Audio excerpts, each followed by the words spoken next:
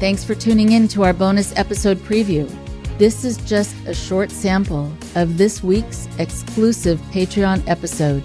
You can hear the episode in its entirety by becoming a member at patreon.com/indoctrination, where you'll gain access to all of our exclusive episodes and merchandise.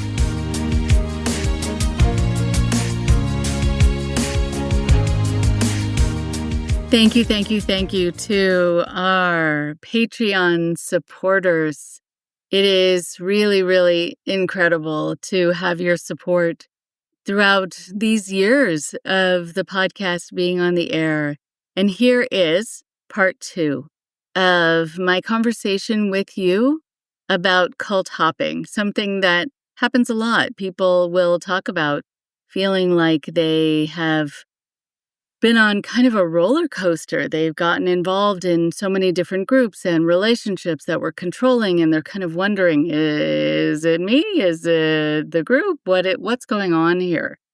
And so part of what we're talking about is what helps people get that they might be looking for things that just seem so different than the last relationship they were in or the last group they were in. But ultimately, while the trappings might look different and the location might be different and the way it operates might be different, still the methods of control might be quite the same.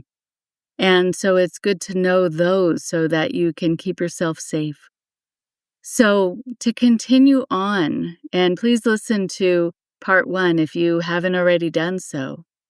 We're now going to get into more of the ideas about systemic and social factors. We have high control groups that exist in so many different places, in industries, in the wellness industry, politics, business, spirituality, everywhere.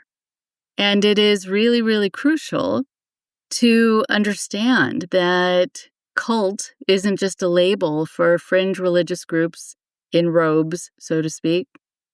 High control dynamics and manipulative tactics and charismatic leaders are prevalent across a shocking array of sectors.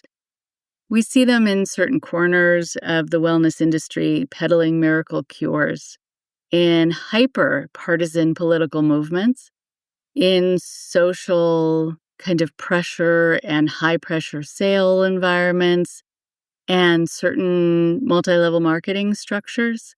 And of course, in various spiritual or self-improvement organizations, even in manipulative relationships.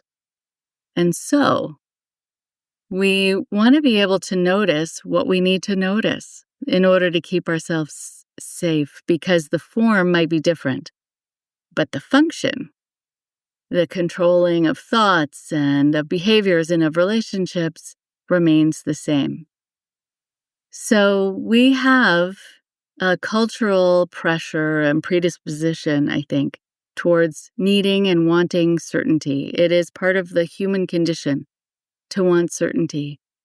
The modern world's discomfort with ambiguity leads people to absolutist systems. Our modern world, particularly with the proliferation of information and misinformation, also fosters a deep discomfort with ambiguity and nuance, and we live in an age that craves certainty, clear answers, simple solutions to very complex problems.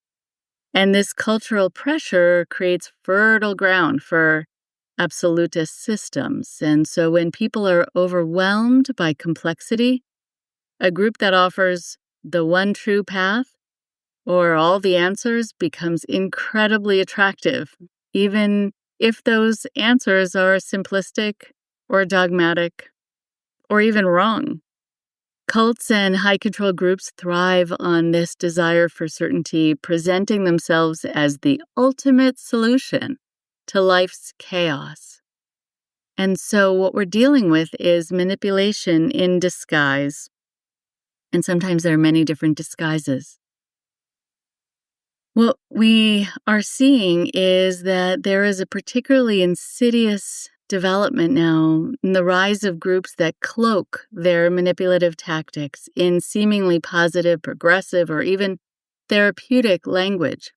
They might use therapy speak to gaslight members, to talk about empowerment, while demanding submission or branding themselves as alternative or conscious, while maintaining very rigid control kinds of structures.